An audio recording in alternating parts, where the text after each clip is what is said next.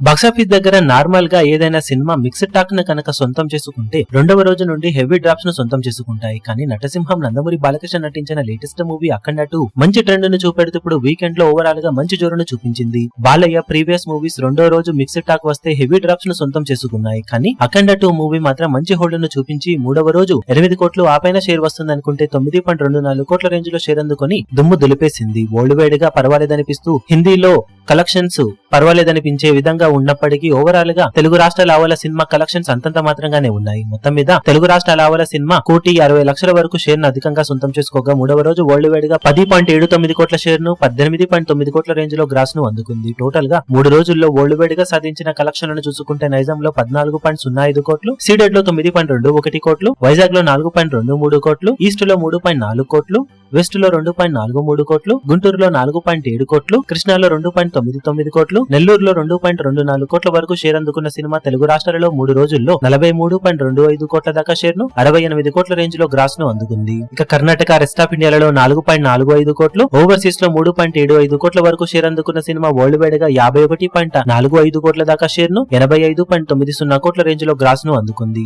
Box office దగ్గర 104 కోట్ల range value break even target తో బరిలోకి దిగిన సినిమా ఇప్పటి వరకు సాధించిన కలెక్షన్ లో కాకుండా మరో 52.5 కోట్లకు పైగా షేర్ అందుకుంటే క్లీన్ హిట్ గా నిలుస్తుంది. ఇక బాక్సాఫీస్ దగ్గర వీకెండ్ ను కంప్లీట్ చేసుకోగా ఇప్పుడు వర్కింగ్ డేస్ లోకి అడుగు పెట్టగా ఎలాంటి కలెక్షన్లతో సినిమా హోల్డ్ ను చూపెడుతుందో చూడాలి.